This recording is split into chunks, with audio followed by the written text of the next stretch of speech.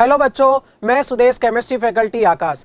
बच्चों, यदि आप हर चैप्टर का वन शॉट रिवीजन देखना चाहते हैं, यदि आप एनसीईआरटी की लाइनों को गहराई से समझना चाहते हैं बेटा, यदि आप प्रैक्टिकल वाले पोर्शन को इंपॉर्टेंट क्वेश्चंस के साथ कवर करना चाहते हैं बच्चे, तो बने रहिए हमारे यूट्यूब चैनल पे। बच्चों, अपन one shot revision mole concept का कवर कर चुके हैं, उसमें एनसीईआरटी का मैक्सिमम पोर्शन अपन ऑलरेडी कवर कर चुके हैं। फिर भी बाय द वे अगर कोई लाइन रह जाती है तो अपन एनसीईआरटी को लाइन बाय लाइन और उसके अंदर भी जो मेन इंपॉर्टेंट बातें हैं बेटा, वो यहां से अपन पढ़ते हुए चलेंगे इसके अंदर। आइए बढ़ते हैं बेटा। इसके अंदर स्टार्टिंग जो पोर्शन है बेटा, वो एक्चुअली हिस्ट्री का पोर्शन है कि किस तरह से क्या चीजें कवर हुई। कुछ विशेष नहीं, नॉर्मल आप रीडिंग लगा करके इसके अंदर बच्चों आगे बढ़ सकते हैं। विशेष बात इसके अंदर नहीं आ जाती है। यहां से शुरू होता है इंपॉर्टेंस ऑफ केमिस्ट्री। यहां पर भी बेटा जो सवाल बन सकता है, अगर मैं अपने हिसाब से बताऊं तो यहां लिखा हुआ है बेटा कि सिस्प्लेटिन और Taxol which are effective in cancer therapy. पहला पॉइंट याद आता है याद रखने के लिए बेटा कि सिस्प्लेटिन तो आप कोऑर्डिनेशन केमिस्ट्री में भी पढ़ते हो, और साथ में टैक्सोल जो है वो इफेक्टिवली यूज करा जा सकता है कैंसर थेरेपी में। ऐसे ही एजिडोथाइमिडीन जो है वो भी यूज करा जा सकता है एड्स के पेशेंट के इलाज के लिए बेटा। इंपोर्टेंस के अंदर यहां पर नेक्स्ट आ जाता है स्टेट्स ऑफ मैटर। बच्चों, स्टेट्स ऑफ मैटर की अगर अपन बात करें तो ओवरऑल 3 स्टेट आप ओवरऑल पढ़ते हैं, सॉलिड, लिक्विड और गैस। वो छोटे छोटे से पॉइंट जो छोटी क्लासेस के अंदर भी आ जाते हैं कि सॉलिड जो है उनके अंदर डेफिनेट वॉल्यूम और डेफिनेट शेप होती है। लिक्विड की अगर बात करें अपन बेटा तो वॉल्यूम तो फिक्स होता है, लेकिन शेप वो जिस कंटेनर में, जिस पॉट में आप लिक्विड को डालोगे उसी की शेप एक्वायर कर लेगा। और यदि अपन बात करेंगे गैस की तो उसके लिए ना शेप फिक्स होती है, ना ही उसका बच्चों वॉल्यूम फिक्स होता है। अगर आप सॉलिड को गर्म करेंगे तो सॉलिड को गर्म करने पर वो लिक्विड में बदलेगा और गर्म करेंगे तो गैस बनेगा। यदि आप गैस को ठंडा करेंगे तो लिक्विड बनेगा और लिक्विड को ठंडा करेंगे तो सॉलिड बन जाएगा। बच्चों, बात आ जाती है मैटर की। मैटर क्या बेटा? जिसमें मास हो और वो स्पेस ऑक्यूपाई करे, वो ही चीज क्या कहला जाएगी बेटा? मैटर कहला देगी। इसके अंदर बात करें अपन बेटा मैटर के क्लासिफिकेशन की, तो ओवरऑल यहां से एक चार्ट अपन फॉलो कर लेते हैं। क्या दिया हुआ है? 2 तरह से क्लासिफाई करा गया, मिक्सचर में और प्योर सब्सटेंस के अंदर बेटा। प्योर सब्सटेंस जिसके अंदर जो भी इसके कॉन्स्टिट्यूएंट पार्टिकल्स हैं वो सारे एक जैसे होंगे। जैसे बेटा मान लीजिए गोल्ड है, ठीक है, तो गोल्ड के अंदर gold gold gold gold gold के सारे एटम्स आपस के बीच के अंदर बेटा नॉर्मल जो भी उनमें अट्रैक्शन फोर्स है, मेटालिक बॉन्ड उससे जुड़े हुए। मान लीजिए CO2 है तो क्या होगा? CO2 CO2 CO2 CO2 CO2 इनके बीच का वंडरवॉल अट्रैक्शन फोर्स से इनको जोड़ा हुआ है बेटा। आइस है तो H2O H2O H2O H2O H2O ये H बॉन्ड से आपस में जुड़े हुए हैं, लेकिन ये प्योर सब्सटेंस की कैटेगरी में आएंगे बच्चों। CO2 है, अब CO2 का प्योर सब्सटेंस है तो आप उसमें से कार्बन को और ऑक्सीजन को किसी फिजिकल मेथड से सेपरेट नहीं कर सकते। केमिकल प्रोसेस से तो आप कर सकते हो, पर फिजिकल मेथड से सेपरेट नहीं होगा बच्चों। बात करें अपन मिक्सचर की तो बेटा 2 या 2 से ज्यादा प्योर सब्सटेंस को अगर एक पर्टिकुलर रेशो में मिला दे, देखो रेशो वेरी कर सकता है, तो वो मिक्सचर में कन्वर्ट हो जाएगा, वो मिक्सचर बना देगा बेटा। और मिक्सचर को फिजिकल मेथड से सेपरेट कर सकते हो आप। नॉर्मल डिस्टिलेशन कर दीजिए, क्रिस्टलाइजेशन कर दीजिए, ये प्रोसेस यदि आप करेंगे तो उसके द्वारा मिक्सचर के कॉन्स्टिट्यूएंट स्पीसीज को अलग करा जा सकता है बेटा। मिक्सचर की बात करें आगे तो होमोजीनस मिक्सचर है, हेट्रोजीनस मिक्सचर है बच्चों। होमोजीनस मिक्सचर में क्या होगा कि मिक्सिंग करने के बाद में, जैसे मान लीजिए आपने नमक को पानी में डिसॉल्व कर दिया बेटा, NaCl को पानी में डिसॉल्व करने के बाद पूरा मिक्सचर होमोजीनस हो जाता है बेटा। पूरा का पूरा होता नहीं होता बच्चों, वो होमोजीनस कैटेगरी में चला गया। पूरा कंपोजिशन एक जैसा है हर जगह। लेकिन जैसे मान लो आप नमक और चीनी को सॉलिड फेज में नॉर्मल मिला रहे हो, तो मुझे बताइए नमक अलग दिख रहा है, चीनी अलग दिख रही है, तो वो कैसा हो जाएगा? हेट्रोजीनस मिक्सचर हो जाएगा बच्चों। बात करें एलिमेंटल फॉर्म और कंपाउंड्स की प्योर सब्सटेंस के अंदर बेटा, एलिमेंट क्या? जिसके अंदर एक एटम या एक जैसे एटम से मिलकर बना हुआ हो। अब वहां 2 कैटेगरी हो सकती है, एटम भी हो सकता है, मॉलिक्यूल भी हो सकता है। समझना भाई, जैसे आपने बेटा ऑक्सीजन ले लिया सिर्फ O, तो वो एटम की फॉर्म में एलिमेंट है, और आपने बेटा O2 लिया तो वो मॉलिक्यूल की फॉर्म में एलिमेंट हो जाएगा। कंपाउंड के अंदर क्या रहेगा? एक से ज्यादा एलिमेंट्स मिलकर के बेटे कंपाउंड बनाएंगे, तो इसके अंदर कैटेगरी आ जानी है क्या बच्चों? जैसे एग्जांपल ले लिया CO2, आपने कार्बन और ऑक्सीजन मिलकर के CO2 बना रहे हैं। क्या ये बातें क्लियर है बच्चों यहां तक की? नेक्स्ट आ जाता है फिजिकल एंड केमिकल प्रॉपर्टीज बच्चों। Physical properties can be measured और observe without changing the identity of the composition of the substance. बेटा फिजिकल प्रॉपर्टी, जैसे आप मेल्टिंग पॉइंट की बात कर रहे हैं बेटे, कलर की बात कर रहे हैं, बॉइलिंग पॉइंट की बात कर रहे हैं, डेंसिटी की बात कर रहे हैं, तो बेटा आप उसमें स्पीसीज का कंपोजिशन बदले बिना भी देख सकते हैं, ऑब्जर्व हो सकती हैं। लेकिन अगर जैसे केमिकल प्रॉपर्टीज की बात करें बेटा, केमिकल प्रॉपर्टीज में आ गया बेटा कंबस्टिबिलिटी, रिएक्टिविटी। अब भाई एक चीज बताओ, कंबस्टिबिलिटी चेक करने के लिए आपको कंबशन कराना तो पड़ेगा ना। अब कंबशन कराओगे मतलब ऑक्सीजन से रिएक्शन कराओगे, ऑक्सीजन से रिएक्शन कराओगे तो कंपोजिशन सेम कैसे रहेगा। मीथेन है, मीथेन का आपने कंबशन करवाया तो उससे CO2 बना, H2O बना, कंपोजिशन फिक्स रहा कि बदल गया। तो वही ये कह रहा है यहाँ पर बेटा क्या, कि द मेजरमेंट और observation of chemical properties required a chemical change to occur. एक केमिकल चेंज होगा तभी आपको केमिकल प्रॉपर्टी ऑब्जर्व हो पाएगी बेटा। नेक्स्ट आते हैं इसके अंदर अपन आगे, मेजरमेंट ऑफ फिजिकल प्रॉपर्टीज। इसमें जो मेन बातें निकल के आती हैं बेटा वो क्या, बेसिकली इसके अंदर बेटा आपको SI यूनिट देख लेनी है। इसके अंदर देखो लेंथ के लिए SI यूनिट मीटर काम आती है, आप सब जानते हो, विशेष कुछ नहीं। मास के लिए ध्यान रखना किलोग्राम। बोले सर जानते हैं, अरे बेटा जानते हैं, मैं भी समझ सकता हूं, लेकिन कभी कभी बच्चा भावुकता में किलोग्राम की जगह ग्राम टिका देता है, जबकि मास की SI यूनिट किलोग्राम है। टाइम की यूनिट बेटे सेकंड हो जानी है, करंट की यूनिट बेटा एम्पियर हो जानी है, टेम्परेचर के लिए केल्विन हो जाना है, अमाउंट ऑफ सब्सटेंस के लिए मोल हो जाना है, और जो एक्स्ट्रा ध्यान रखना है वो ध्यान रखना है लुमिनस इंटेंसिटी का। लुमिनस इंटेंसिटी के लिए बेटे यूनिट आपकी रह जानी है कौन सी, कैंडेला। कम से कम ये दो आप अलग से ध्यान रखें, बाकी आप वैसे भी टिक कर लोगे, कोई दिक्कत नहीं आएगी बच्चों। कुछ डेफिनेशंस आपको दी गई हैं SI यूनिट की बच्चों, ऑलरेडी आप पढ़ चुके हो कि 1 मोल में मतलब 6 × 10⁻23 स्पीसीज होती है। कुछ आपको प्रीफिक्स दिए हुए 10 की पावर्स के। बेटा देखो यहाँ इस प्रीफिक्स वाली टेबल से सवाल आज तक तो नहीं आया, लेकिन अपन इग्नोर नहीं कर सकते, NCERT में दिया हुआ है तो मैं आपको राय दूंगा कि एक बार जरूर थोड़ा सा पढ़ जाइएगा। हाँ, इसमें से बहुत सारे ऑलरेडी आप जानते हो, देखो पिको आप जानते हो, नैनो आप जानते हो, माइक्रो, मिली, सेंटी, डेसी, डेका, किलो अच्छे से जानते हो, मेगा अच्छे से जानते हो बेटा। अरे इतने तो आप जानते ही हो ना, थोड़े से और एक्स्ट्रा देखना बेटा आपको, कि जैसे फेम्टो हो गया 10⁻−15 हो गया, एक्टो हो गया बेटा 10⁻−18। अरे ठीक है बच्चों, एक NCERT कवरेज के हिसाब से एक बार इसको भी देख लेने में कोई बुराई नहीं है बेटा। अब यहां पर आ जाते हैं बेटे कुछ मेजरमेंट वाली बातें। पहला दे दिया इन्होंने मास एंड वेट, बहुत बेहतरीन लाइन मुझे यहां पर यह महसूस हुई बेटा। Mass of a substance is the amount of matter present in it, while weight is the force exerted by gravity on an object। कि मास जो है भैया, जो भी सब्सटेंस का अमाउंट है वो सारा प्रेजेंट है, वो पूरा बता दिया, लेकिन बेटा वेट जो है वो सारा खेल उसका ग्रेविटी पर डिपेंड करेगा, और अगर ग्रेविटी बदलेगी तो वेट भी बदल जाएगा। इवन NCERT ने लिखा हुआ है कि the mass of a substance is constant whereas its weight may vary from one place to another due to change in gravity। बेटा नॉलेज बेस्ड हो गया सीधा सीधा। अगर लाइन उठ के आ जाएगी तो जिसने NCERT की रीडिंग लगाई है, या हो सकता है आपके फिजिक्स में आता हो, मुझे वहां ध्यान नहीं है बेटा, बहुत बढ़िया सवाल बनेगा बेटा इसका। चले आगे बच्चों, मास की SI यूनिट किलोग्राम है जिसमें 1000 ग्राम होता है। वॉल्यूम की अगर बात करें यूनिट की बेटा, तो देखो वॉल्यूम की SI यूनिट जो होनी है बहुत सिंपल समझना भाई, वॉल्यूम में लेंथ का क्यूब होना है। अब लेंथ की यूनिट थी मीटर, तो वॉल्यूम की SI यूनिट मीटर क्यूब हो जाएगी। वॉल्यूम की SI यूनिट कौन सी हो जाएगी बच्चों, मीटर क्यूब। पहला पॉइंट तो ये ध्यान रखना है। दूसरा पॉइंट कुछ कन्वर्जन है इसके अंदर कि 1 लीटर बराबर 1000 ml बराबर 1000 सेंटीमीटर क्यूब, 1000 cc भी कह दीजिए। साथ में ये 1 डेसीमीटर क्यूब भी होता है बेटा, 1 लीटर ही 1 डेसीमीटर क्यूब होता है। और अगर अपन इसको SI यूनिट मीटर क्यूब में कन्वर्ट करें तो बेटा समझना बहुत सिंपल है, ये 1000, अब हर एक सेंटीमीटर यहाँ 3 बार है, उसको मीटर में बदलो तो 3 बार 10⁻⁻2 मीटर आएगा।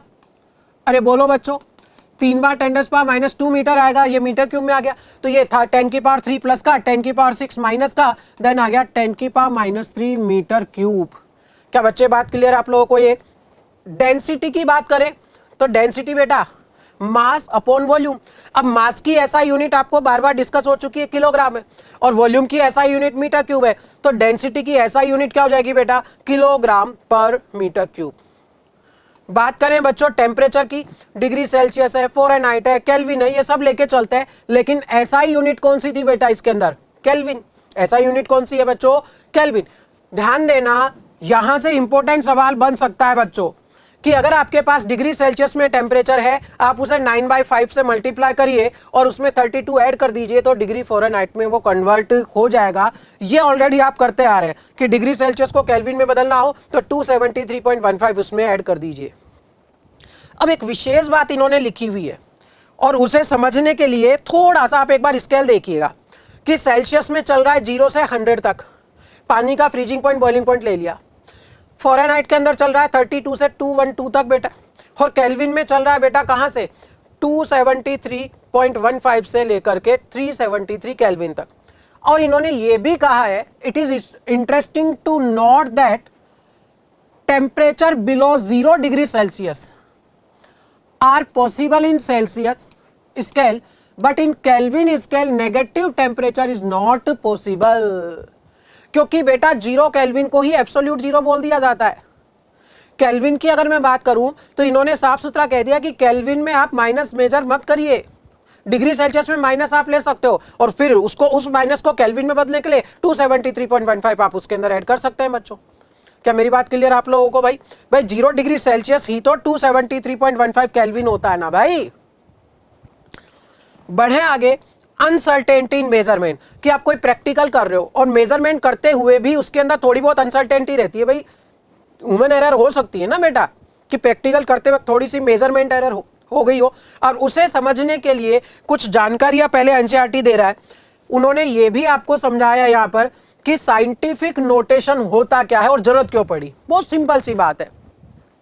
देखिए एक ये नंबर दिया हुआ आपको, अरे सोचो आप 6 इंटू 10⁻23 है, आप 10⁻23 की जगह अगर सारे 0 6 के साथ लिखो तो सोचो कितनी बड़ी वैल्यू आपको लिखनी पड़ेगी, और इतनी बड़ी वैल्यू लिख कर बार बार कैलकुलेट करना आसान तो होगा नहीं। तो साइंटिस्टों ने क्या करा कि उसको साइंटिफिक नोटेशन में कन्वर्ट करने के लिए इतनी बड़ी वैल्यू के लिए कहा कि इसको 10 की पावर्स में लिखना शुरू कर दीजिए, ताकि कैलकुलेशन करना थोड़ा सा आसान हो जाए। और साइंटिफिक नोटेशन में कन्वर्ट करने के लिए नोटेशन दिया गया n इंटू 10⁻⁻⁻ स्मॉल n बच्चों, और जहां पर n के लिए क्या कहा गया कि n वेरी करेगा 1.00 से लेकर 9.999 तक बेटा। यानी आपको क्या करना है कुल मिलाकर के कि एक डिजिट छोड़ करके उसके आगे डेसिमल चिपका देना है, समझ गए। और उसके अंदर जैसे ये वैल्यू थी बेटा 232.508, अगर मैं इसको साइंटिफिक नोटेशन के टर्म्स में लिखूं तो मुझे एक डिजिट छोड़ देनी है बस। तो इसको मैं डेसिमल को जब यहां शिफ्ट करूंगा तो कितने शिफ्ट करूंगा, 2 शिफ्ट करूंगा, तो ये बेटा आ जाएगा 10 की पावर +2, 2.32508 इंटू 10⁻²। अब ये साइंटिफिक नोटेशन में कन्वर्ट हो गया। समझ रहे हो बच्चों मेरी बात आप लोग? अगर आप राइट से लेफ्ट की तरफ जाते हैं, इसका अर्थ हुआ कि आपने इसको 100 से डिवाइड करा एक तरह से, और 100 से डिवाइड करा इसका मतलब 100 से मल्टीप्लाई भी करो मैथमेटिकली, तो वो 10 की पावर 2 इसमें आ गया। मेन मुद्दा ये कि राइट से लेफ्ट गए तो प्लस में आएगा बच्चों, और यदि आप लेफ्ट से राइट गए, यहां आप 1 के बाद डेसिमल लगाएंगे तो 1 2 3 4, तो यहां पर आप 10 की पावर -4 लगाएंगे बच्चों, क्योंकि एक तरह से 10 की पावर 4 से आप मल्टीप्लाई कर चुके हो, तो 10 की पावर 4 से डिवाइड करो। 10 की पावर क्या बोला मैंने, 10 की पावर -4, जो भी बोला 10 की पावर क्या आएगा बच्चों, -4। बात क्लियर है? अरे राइट से लेफ्ट गए तो प्लस में रहना है 10 की पावर, लेफ्ट से राइट में आए तो माइनस रहना है। ये बहुत छोटी बातें हैं बेटा, जल्दीबाजी में एरर हो जाती है एग्जाम में, इसलिए बात कर रहा हूं बच्चों। मल्टीपल एंड डिवीजन के अंदर क्या करना है कि 10 की पावर x इंटू 10 की पावर y यदि आता है और बेस वैल्यू यदि सेम हो बच्चों, तो 10 की पावर्स आपस में ऐड कर दी जाती हैं। और यदि बेटा आप इसे डिवाइड करके चले 10 की पावर x/y, तो बेटा ऊपर जाकर के ये -y हो जाना है। क्लियर है बच्चों? ये तो आ जाएगा मल्टीपल और डिवीजन के अंदर।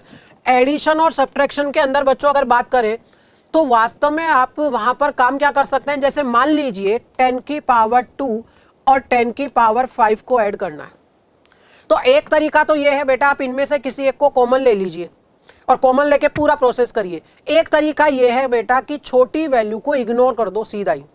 10 की पावर 2 और 5 में से अगर मैं देखूं तो सबसे छोटी वैल्यू ये है, इसे अगर मैं इग्नोर करूं तो ये अप्रोक्स 10 की पावर 5 के आसपास आ जाएगा। लेकिन कभी कभी बेटा एग्जामिनर इग्नोर करने के लायक वैल्यू नहीं देता है, जैसे यहां दे दिया कि आप इन दोनों को ऐड करिए बेटा, किसको, 6.65 इंटू 10⁻4 और 8.95 इंटू 10⁻3, इसको ऐड करना है। अब भैया 10 की पावर 4 है, 10 की पावर 3 है, डायरेक्ट इग्नोर कैसे कर दोगे भाई, इसमें इग्नोर नहीं होगा। तो फिर इसको क्या करें, कैसे ऐड करें बेटा?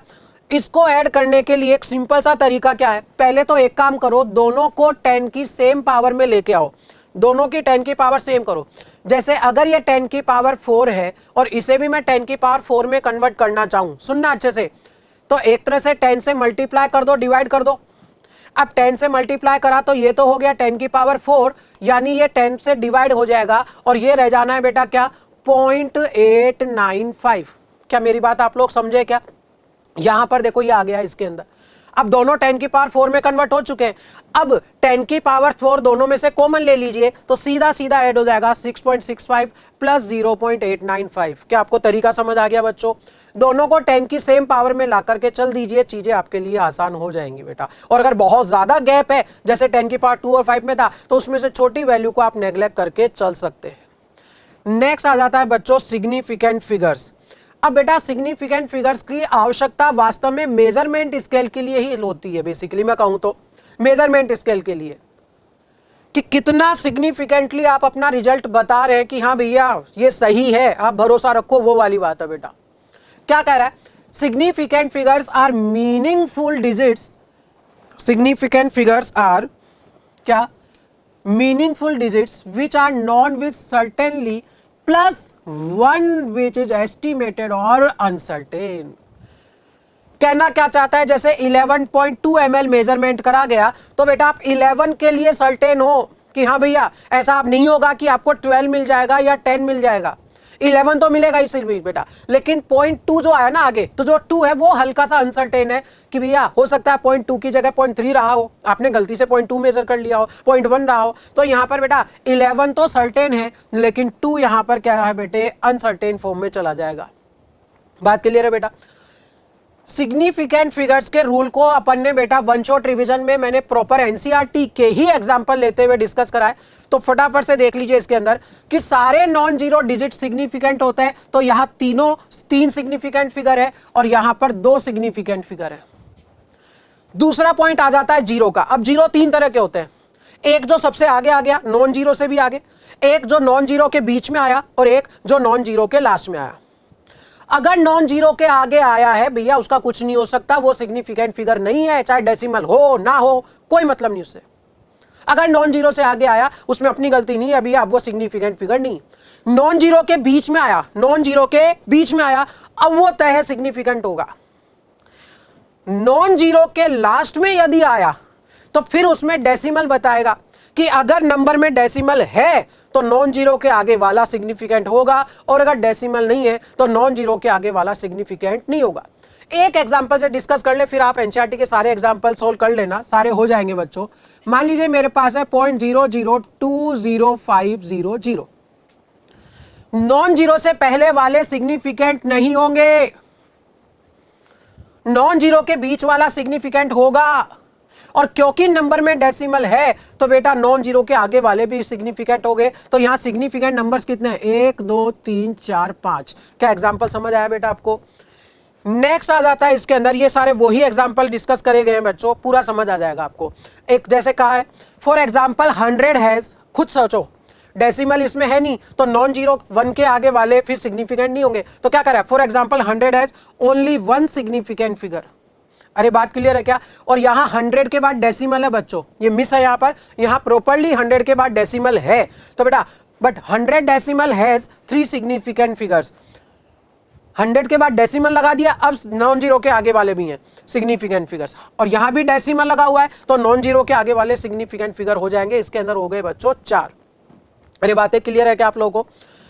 एनसीईआरटी ने यह भी कहा है कि भैया 100 को अगर आपको और प्रॉपर मेजरमेंट स्केल पे सही से लिखना हो तो 10 की पावर्स में लिखिए। जैसे मान लो मैंने 100 को 1 × 10⁻² लिखा तो जो 10 की पावर्स है वो सिग्निफिकेंट फिगर में काउंट नहीं होते, तो यहाँ एक ही सिग्निफिकेंट फिगर है।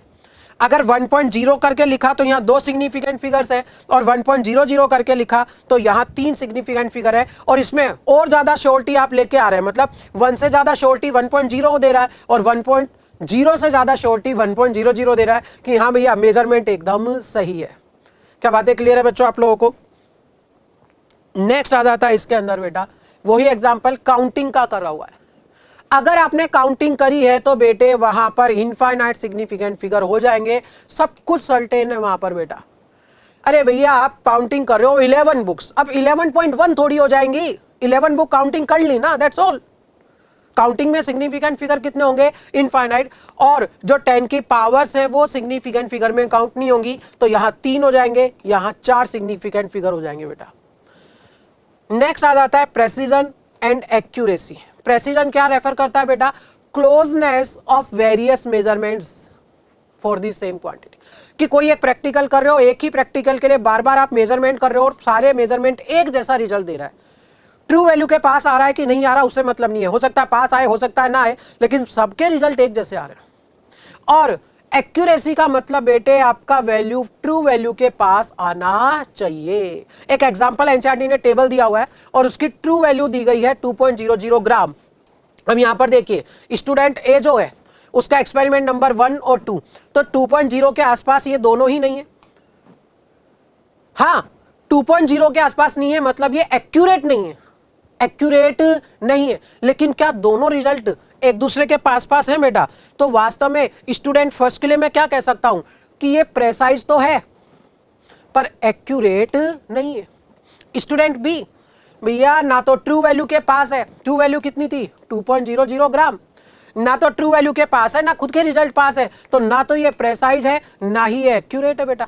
और तीसरा वाला बेटे प्रेसाइज भी है और एक्यूरेट भी है, दोनों रिजल्ट पास पास भी हैं और एग्जैक्ट ट्रू वैल्यू के पास भी है बेटा। बातें क्लियर आपको?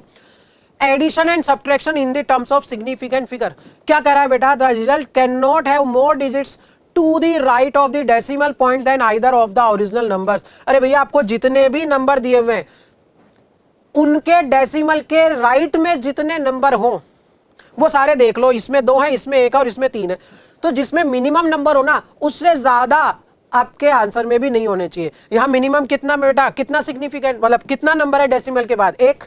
यहां तो 2 थे, यहां 1 था, यहां 3 था, तो आपके आंसर में भी मैक्सिमम 1 हो सकता है। यानी आप राउंड ऑफ करिए, 2 को राउंड ऑफ करोगे बेटा, इस 2 को राउंड ऑफ करोगे डायरेक्ट गायब हो जाएगा, 5 से छोटा है तो इसका फाइनल आंसर हो जाएगा 31.1। क्लियर है बच्चों? बात करें अपन बच्चों मल्टीप्लीकेशन एंड डिवीजन की, यहां पर नियम क्या कहता है बेटा? The result must be reported with no more significant figures as in the measurement with the few significant figures. बेटा क्या कहना चाह रहा है कि जो आपको वैल्यूज दी गई है मल्टीप्लीकेशन और डिवीजन के लिए, उनमें जो मिनिमम सिग्निफिकेंट फिगर हो उससे ज्यादा नंबर किसी के अंदर भी नहीं होने चाहिए। यहां 2 सिग्निफिकेंट फिगर है, यहां 3 है, तो आपके रिजल्ट में उससे ज्यादा नंबर नहीं होने चाहिए। यहां 2 थे, यहां 3 थे, तो मिनिमम जितने थे उतने, यानी आप इसको राउंड ऑफ करके 2 सिग्निफिकेंट फिगर में कन्वर्ट करेंगे। अब जब बेटा देखो 5 से छोटी वैल्यू को राउंड ऑफ करते हैं तो डायरेक्ट इग्नोर कर देते हैं, 5 से बड़ी वैल्यू को राउंड ऑफ करते हैं तो बेटा प्रीवियस में 1 ऐड कर देता है, और 5 को राउंड ऑफ करने पर क्या होता है कि अगर पहले इवन नंबर हो तो एज इट इज रखते हैं, ओड नंबर हो तो उसे बेटा अपन 1 ऐड कर देते हैं। तो यहाँ 5 से पहले इवन था, एज इट इज 2 रहेगा, फिर यहां पर 2 को राउंड ऑफ करूंगा तो बेटा हमका इसमें प्रॉपर आंसर आ जाएगा कितना 3.1। क्या बातें यहां पर सभी को क्लियर है बच्चों आपको?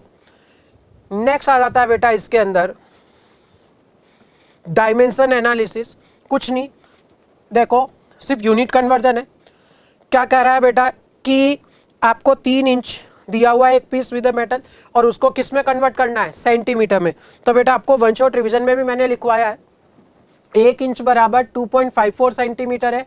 सीधा सीधा इतनी रामायण नहीं करनी है आपको, अरे भाई इंच को सेंटीमीटर में बदलना है तो 3 इंच को सेंटीमीटर में बदलोगे तो 2.54 से मल्टीप्लाई कर दो, दैट्स ऑल, है ना।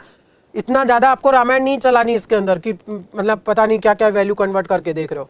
फिर बोल रहा है 2 लीटर को मीटर क्यूब में बदलो। थोड़ी देर पहले आया था बेटा क्या कि 1 लीटर बराबर 10⁻³ मीटर क्यूब होता है, तो 2 लीटर बराबर कितना हो जाएगा? सिर्फ 2 से मल्टीप्लाई कर दो, इतना ही है। अरे बात क्लियर है क्या बच्चों आपको? नेक्स्ट आ जाता है इसके अंदर लॉज ऑफ केमिकल कॉम्बिनेशंस। पहला जाता है बेटा मास कंजर्वेशन, लेवोजियर ने दिया। लेवोजियर ने क्या कहा कि मास बेटा जितना आप रिएक्टेंट का लेके चलोगे उतना ही टोटल प्रोडक्ट में रहना है, मास कंजर्वेशन फॉलो होगा, ना मास क्रिएट हो सकता है ड्यूरिंग रिएक्शन ड्यूरिंग प्रोसेस, ना मास बेटा डिस्ट्रॉय हो सकता है। पर इसका एक एक्सेप्शनल केस है बेटे, याद करो न्यूक्लियर रिएक्शंस, जिसमें E बराबर डेल्टा MC स्क्वायर के टर्म्स में कुछ मास डिफेक्ट जो है वो एनर्जी में कन्वर्ट हो जाता है। दूसरा जाता है लॉ ऑफ डेफिनेट प्रोपोर्शन। प्राउस ने दिया, क्या कहा इन्होंने कि अगर कोई एक कंपाउंड है तो एक कंपाउंड में उसके जितने भी एलिमेंट है उन सबका मास परसेंटेज फिक्स रहता है, आप उसे किसी भी सोर्स से बना लीजिए। इन्होंने क्या है बेटा, इन्होंने यूज लिया है इसके अंदर क्यूप्रिक कार्बोनेट। तो देखो इन्होंने क्या कहा कि नेचुरल सैंपल में भी कॉपर का परसेंटेज फिक्स है, कार्बन का फिक्स है, ऑक्सीजन का फिक्स है, नेचुरल में भी और सिंथेटिक के अंदर भी। ट्रिक क्या थी इसके लिए बेटा कि आपको एक कंपाउंड अगर बना के दिया गया हो बाय डिफरेंट सोर्सेस तो वो लॉ ऑफ डेफिनेट प्रोपोर्शन को फॉलो करेगा और इसी को लॉ ऑफ डेफिनेट कंपोजिशन भी कह दिया जाता है। ये नियम कब फॉलो नहीं होता, मान लीजिए कोई आइसोटोप आ गया तो यहां पर गड़बड़ हो जाएगी बच्चों, बात क्लियर है। और वैसे एक और बताऊं, नॉन स्टोइकोमेट्रिक कंपाउंड में भी ये फॉलो नहीं होता बच्चों। नेक्स्ट आ जाता है law of multiple proportion, Dalton ने दिया। क्या कहा इन्होंने, पहले पूरी लाइन सुने कि जब दो एलिमेंट मिलकर के दो या दो से ज्यादा कंपाउंड बनाते हैं तो किसी एक एलिमेंट के फिक्स मास से अटैच दूसरे एलिमेंट का मास जो है वो एक बेटे होल नंबर रेशो के अंदर होगा। कहना क्या चाहता है पहले वो समझिए, उदाहरण से वही ले लेते हैं जो इन्होंने खुद ने एनसीईआरटी ने दिया है। हाइड्रोजन है और ऑक्सीजन है, हाइड्रोजन और ऑक्सीजन मिलकर के बेटा बना रहे हैं क्या क्या, H2O और H2O2। हाइड्रोजन का वेट लिखूं ऑक्सीजन का, यहां 2 ग्राम 2 ग्राम, ऑक्सीजन का 16 हो गया और 32 हो गया। तो किसी एक एलिमेंट के फिक्स मास से अटैच दूसरे एलिमेंट का जो मास अगर मैं उसका रेशो निकालूं तो बताओ क्या होल नंबर रेशो में आ रहा नहीं आ रहा। ये क्या था बेटा, लॉ ऑफ मल्टीपल प्रोपोर्शन। अब चाहिए ट्रिक। ट्रिक ये है कि जब दो एलिमेंट सिर्फ दो से ज्यादा नहीं, दो एलिमेंट और उनसे मिलकर बने हुए दो या दो से ज्यादा कंपाउंड, ये हो जाएगी इसकी बच्चों trick. Gay Lussac law of gaseous volume, इन्होंने क्या कहा इनकी बात भी सुन लीजिए बेटा। भैया पीवी बराबर एनआरटी समझिए, आर गैस कांस्टेंट होता है। इन्होंने अपनी जो बात रखी थी वो करी थी बेटा टेम्परेचर प्रेशर की सेम कंडीशन रखते हुए। तो जब टेम्परेचर प्रेशर सेम रखोगे V directly proportional to n आ जाना है, यानी आप बेटे मोल की जगह वॉल्यूम के टर्म्स में भी स्टोइकोमेट्री फॉलो कर सकते हो। जैसे इन्होंने कहा कि हाइड्रोजन ऑक्सीजन वाटर की रिएक्शन हो रही है, क्या रिएक्शन होती है, बैलेंस H2 आधा O2 गिव्स H2O। अरे ये है ना बेटा, यानी इसका एक इसके आधे से रिएक्शन करके इसका एक बनाएगा, तो इसका 100 ml इसके 50 ml से रिएक्ट करके इसका 100 ml बना देगा। फिर आगे एनसीईआरटी ने ये भी लिखा है, देखो बेटा क्या करा है, Gay Lussac's discovery of integer ratio in volume relationship is actually the law of definite proportion by volume. वहां मास की टर्म्स में चल रहा था एक तरह से, और इन्होंने कहा कि एक तरह से ये definite proportion in terms of volume हो जाएगा एक तरह से। बस इतनी सी बात इन्होंने कही बेटा। एवोगाड्रोस लॉ क्या कहता है बेटा, equal volume of all gases at the same temperature and pressure should contain equal number of, अच्छे से देखिएगा क्या, molecules, equal number of molecules। Atom same हो भी सकते हैं नहीं भी बेटा, और नियम में बोला भी किसके लिए गया था, मोलिक्यूल के लिए ही। फिर मैं आता हूं मुद्दे पर। मान लीजिए मीथेन है और 22.4 लीटर है इसका, तो बेटे 1 मोल हो जाएगा, और संख्या में बदलू मॉलिक्यूल्स में तो Na से मल्टीप्लाई हो जाएगा। अगर CO2 का भी 22.4 लीटर होता STP पर तो 1 मोल और संख्या के लिए Na से, तो बताओ इक्वल वॉल्यूम में इक्वल मोल आए कि नहीं आए, और इक्वल मोल आए तो इक्वल नंबर ऑफ मॉलिक्यूल्स भी आ गए। क्या एवोगाड्रो का नियम क्लियर है बच्चों आप लोगों को। सेम टेम्परेचर प्रेशर की बात फिर कर दी है, बात वहीं रिलेट हो रही है, R constant, temperature pressure same, V directly proportional to n. Volume same, mole भी सेम, और मोल सेम तो नंबर ऑफ मॉलिक्यूल्स भी सेम। क्लियर है बच्चों को। नेक्स्ट आ जाता है बेटा इसके अंदर डाल्टन्स एटॉमिक थ्योरी। बच्चों क्या कहा कि matter consist of indivisible atoms, और नहीं तोड़ा जा सकता। All atoms of A given element have identical property. सही बात है, एक ही एलिमेंट है तो प्रॉपर्टी सेम रहेंगी ना बेटा। नाइट्रोजन है, नाइट्रोजन का मास 14 ही रहना है, कहीं से भी ले आओ। लेकिन अगर एलिमेंट बदल गए, एक नाइट्रोजन एक ऑक्सीजन, तो मास बदल जाएगा, प्रॉपर्टीज बदल जाएंगी। यही आगे इन्होंने कहा बेटा। तीसरा क्या कहा, compound are formed when atom of different element compound in the fix ratio. कि भैया जब एलिमेंट एक फिक्स रेशो में मिलते हैं, कार्बन हाइड्रोजन एक फिक्स रेशो में मिलकर मीथेन बना देंगे। अरे बात समझ रहे हो क्या बेटा, हो सकता है कार्बन हाइड्रोजन फिक्स रेशो में मिलकर के इथेन बना दे। क्लियर है। अगला क्या कहा इन्होंने, chemical reaction involve reorganisation of atoms only. बेटे केमिकल रिएक्शन में एटम्स का सिर्फ रीऑर्गेनाइजेशन होता है, नए कोई ऐसा नहीं है कि कोई कहीं से क्रिएट हो जाएगा एटम बन जाएगा, नहीं। मीथेन है, जब आप उसका कंबशन करवा रहे हैं, CO2 और H2O बन रहा है बेटे, बैलेंस कर दीजिए। तो पहले कार्बन से हाइड्रोजन जुड़ा हुआ था, अब कार्बन से ऑक्सीजन जुड़ गया, तो रीऑर्गेनाइजेशन ऑफ एटम ही तो हुआ इसके अंदर। ये सब किनका कहना है बेटे, डाल्टन का। फिर एनसीईआरटी ने यहाँ कुछ बेहतरीन लाइनें भी लिखी हुई है इसके अंदर, क्या कि Dalton theory could explain the law of chemical combinations. आगे भी लिखा, however it could not explain the law of gaseous volume. Volume वाला फॉलो नहीं कर पाता, बाकी फॉलो कर देता है। साथ में ये भी लिखा, it could not provide the reason for combining the atoms.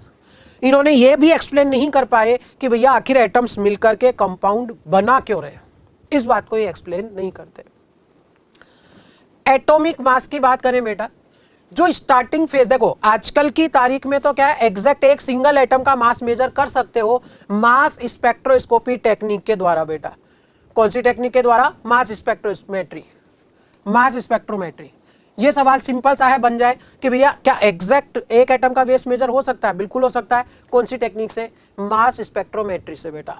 लेकिन पहले बेटे इतनी हैवी टेक्निक्स नहीं थी, इतनी हैवी टेक्निक अवेलेबल नहीं थी बेटा।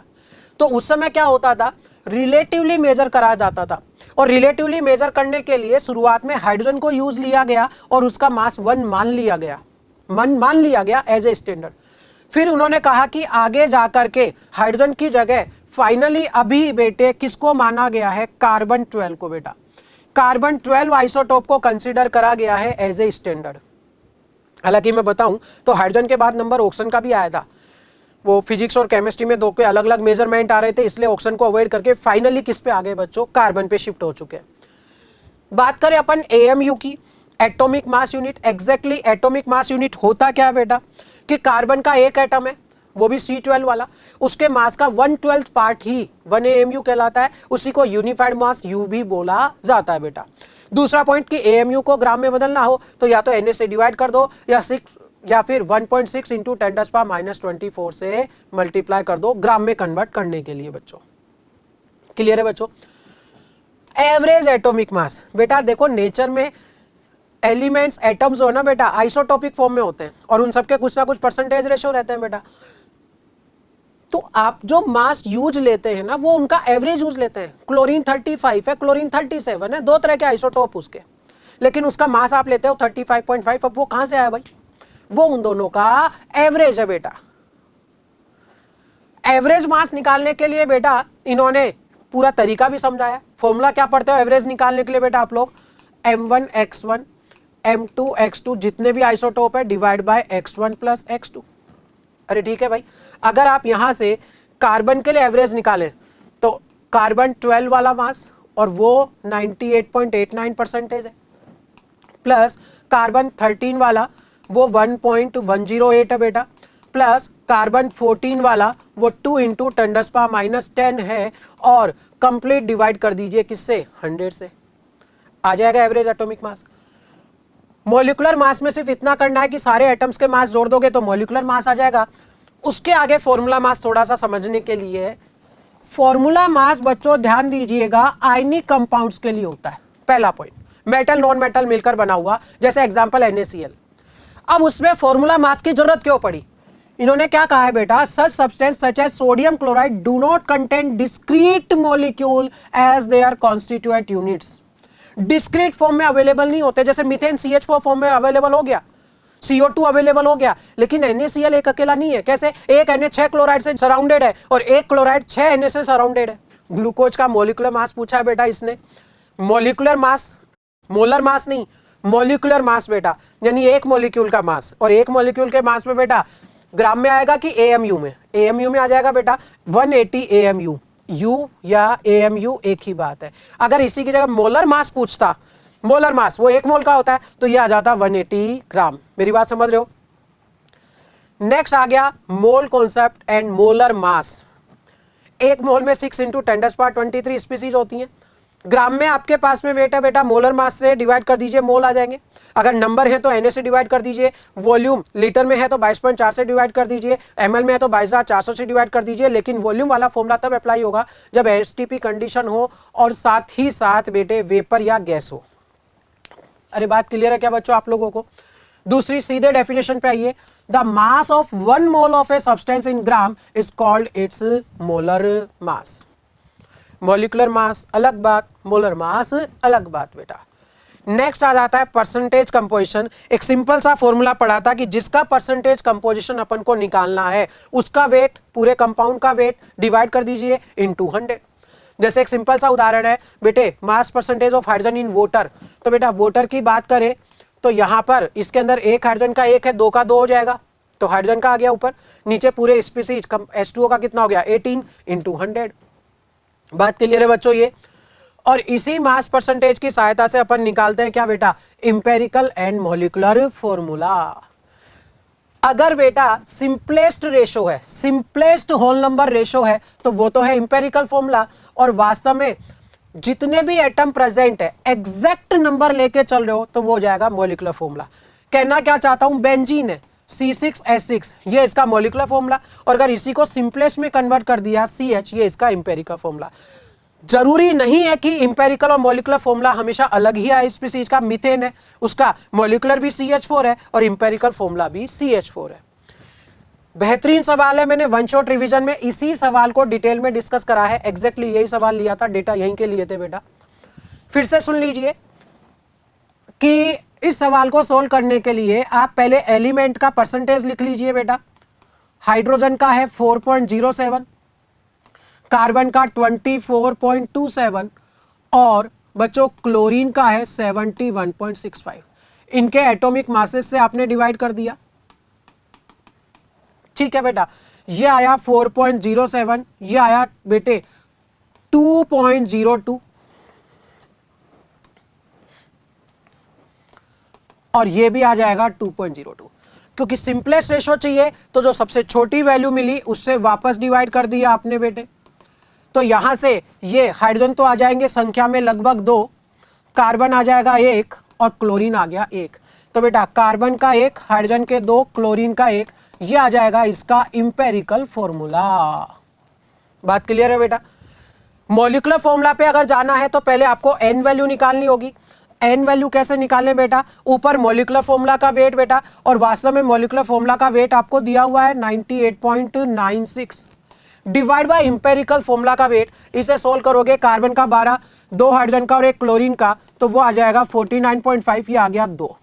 फिर जो इंपेरिकल फॉर्मूला आया उसको सब स्क्रिप्ट पे इस n से मल्टीप्लाई कर दो। C के 2 हो गए, H के 4 हो गए, Cl के 2 हो गए, ये हो जाएगा इसका मॉलिक्यूलर फॉर्मूला। क्लियर है बेटे। उसी सवाल को डिटेल में डिस्कस करा हुआ है इन्होंने, और कुछ भी नहीं है। आगे बात आती है स्टोइकोमेट्री एंड स्टोइकोमेट्रिक कैलकुलेशंस बेटा। क्या कहती है स्टोइकोमेट्री, बहुत सिंपल सी टर्म्स में समझिएगा। मान लीजिए कि मैं एक रिएक्शन फॉलो कर रहा हूं, इधर लिखता हूं बेटा कि N2 + 3H2 gives 2 अमोनिया। तो स्टोइकोमेट्री ये कहती है कि इसका 1 मोल इसके 3 मोल से रिएक्ट करके इसके कितने मोल बनाएगा, 2 मोल। अगर मैं इसको वॉल्यूम में बदलूं STP पर, तो ये तीनों बेटे 22.4 से मल्टीप्लाई होंगे। और अगर आप अच्छे से देखें तो ये 22.4 तो कैंसिल हो जाना है, तो रेशो वापस वही आ गया। यानी क्या मैं स्टोइकोमेट्री वॉल्यूम के टर्म्स में फॉलो कर सकता हूं? यदि टेम्परेचर प्रेशर सेम हो तो फॉलो हो सकता है।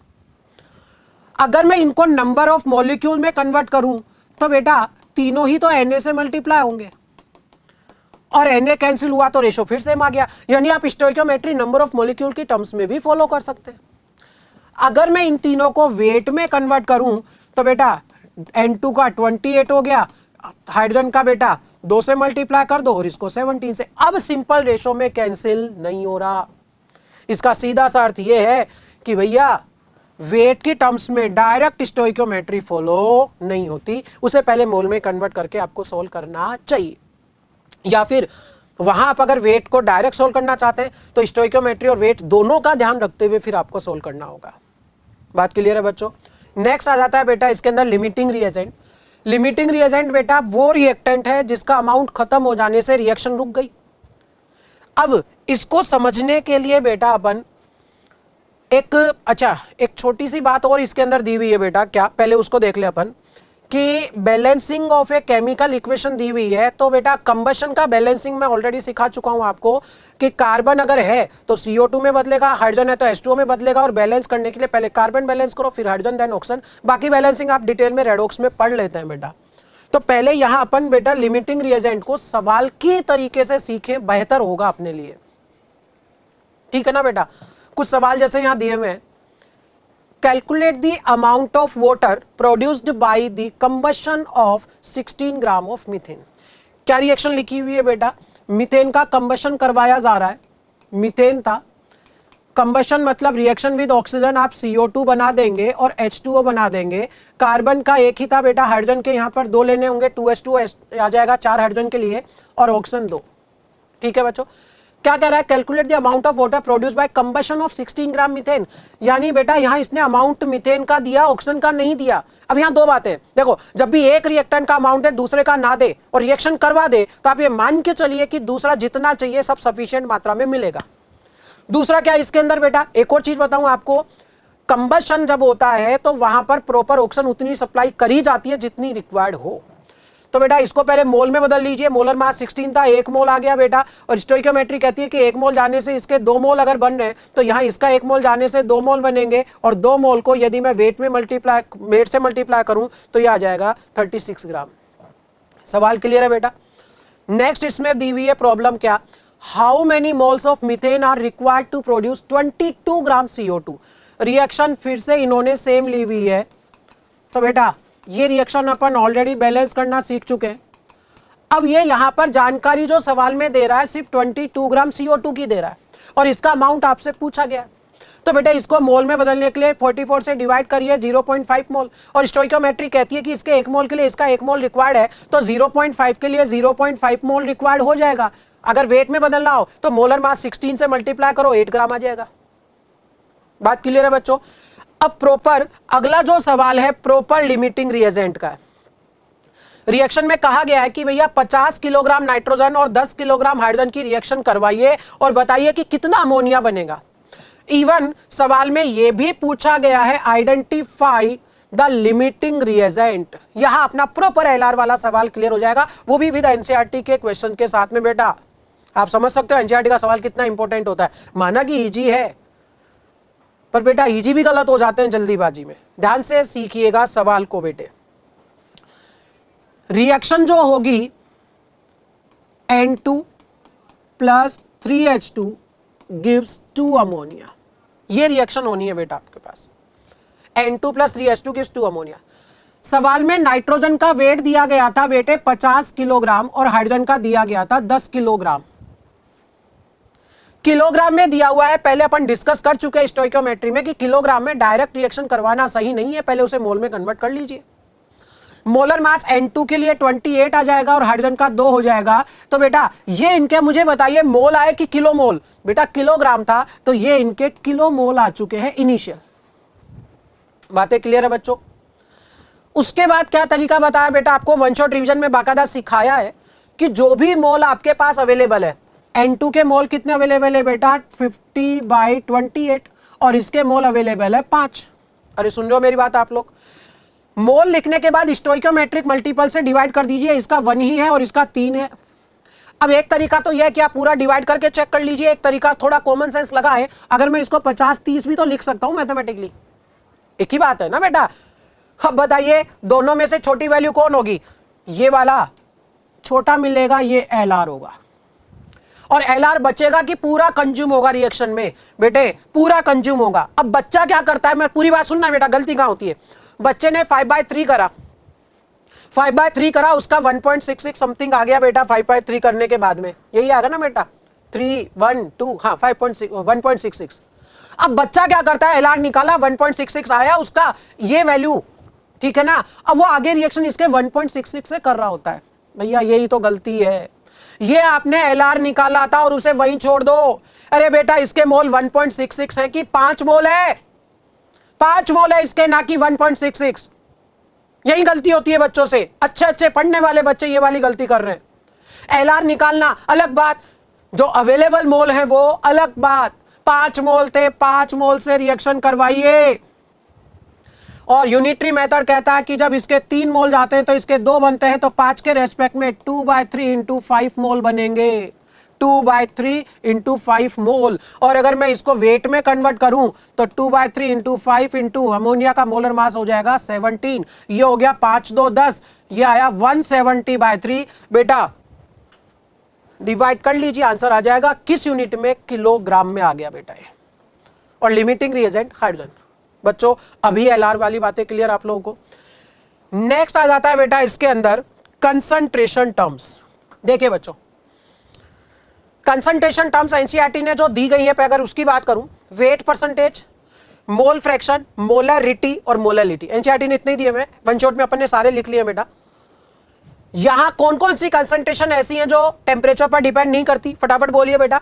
ना तो मोलैलिटी पे डिपेंड करता है, इसके फॉर्मूला में वॉल्यूम नहीं आता, ना मोल फ्रैक्शन डिपेंड करता है, ना मास परसेंटेज, और मोलरिटी जो है वो टेम्परेचर बदलने के साथ में चेंज हो जाता है। और यहां बेटे अगर अपन आगे बढ़े, डिटेल्ड इंफॉर्मेशन यहां दी गई है। पहली आ जाती है कौन सी, मास परसेंटेज वाली बेटा। Mass percentage, weight percentage, species का वेट बाय कंपाउंड का वेट इनटू 100। एक बहुत सिंपल सा सवाल दिया हुआ है, a solution is prepared by adding 2 gram of a substance A to 18 gram of water, calculate mass percentage of solute. अब ध्यान देना बेटा, ऊपर weight of solute, mass of solute, और नीचे बेटा मास ऑफ सॉल्यूशन। अरे भैया कंसंट्रेशन एक रिलेटिव टर्म है जिसे सॉल्यूशन और सॉल्वेंट दोनों के रेस्पेक्ट में मेजर करा जा सकता है कि सॉल्यूशन या सॉल्वेंट के रेस्पेक्ट में सॉल्यूट है कितना। ध्यान दें इस बात पे बेटा, सॉल्वेंट के रेस्पेक्ट में आपके सिलेबस में सिर्फ एक मात्रा है मोलैलिटी, स्मॉल एम, बाकी सब जगह सॉल्यूशन के रेस्पेक्ट में रहता है। तो ऊपर बेटा मास ऑफ सॉल्यूट आ जाएगा, बच्चा वहां गलती नहीं करता, 2 ग्राम लिख दिया उसने। नीचे मास ऑफ सॉल्वेंट है कि सॉल्यूशन पूरा सॉल्यूशन, और पूरा सॉल्यूशन में बेटा 2 और 18 20 रहना है। क्या ये गलती नहीं करोगे ना भैया। मोल फ्रैक्शन की बातें करें तो स्पीसीज के मोल डिवाइड बाय टोटल मोल बेटा। अरे क्या बात क्लियर है क्या सभी लोगों को। नेक्स्ट आ जाता है molarity, mole of solute divide by volume of solution in litre, और volume of solution in mL अगर ले तो ऊपर मल्टीप्लाई हो जाएगा किससे बच्चों, 1000 से। फॉर्मूला तो क्लियर ही है मेरे हिसाब से, आप लोगों को कुछ विशेष तकलीफ नहीं है। सवाल करते हैं अपन बेटा, यहां जो एनसीईआरटी में दिया हुआ है, calculate the molarity of NaOH in the solution prepared by dissolving its 4 gram in enough water to form 250 ml of solution. बेटे ऊपर मोल आना है, और मोल निकालने के लिए क्या करूं बेटा, weight divide by molar mass NaOH का 40, नीचे वॉल्यूम यदि ml में दिया हुआ है तो ऊपर 1000 से मल्टीप्लाई हो जाएगा। तो बेटा ये कुल मिलाकर के कितना आया बेटा, ये 1/10, 4 से 0.4 आ जाएगा। क्लियर है बच्चों। रही बात मोलैलिटी की, तो ऊपर मोल ऑफ सॉल्यूट, नीचे मास ऑफ सॉल्वेंट केजी में, अगर ग्राम में हो तो ऊपर किससे मल्टीप्लाई हो जाएगा बच्चों, 1000 से। एक बेहतरीन सवाल एनसीईआरटी ने दिया हुआ है जो कभी भी नीट में एज इट इज आ सकता है।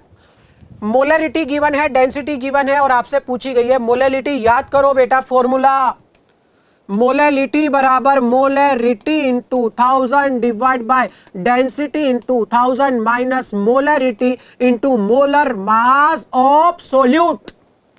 तो यहां मोलैरिटी बेटा 3 है, डेंसिटी आपको दी गई है 1.25 इंटू 1000 यहां जाना है, और बच्चों माइनस क्या करना है, molarity 3 into molar mass NaCl का कितना हो जाएगा बच्चा, 58.5। करिए सोल्व, आंसर आ जाएगा।